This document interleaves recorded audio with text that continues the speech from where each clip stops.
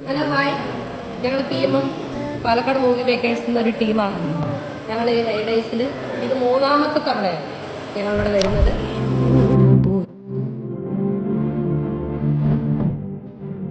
അടിപൊളിയാണ്. എക്സ്പീരിയൻസ് ചെയ്തവർക്ക് മാത്രമേ അത് എനിക്ക് പറഞ്ഞറിയിക്കാൻ പറ്റാത്തൊരു എക്സ്പീരിയൻസ് ആണ്.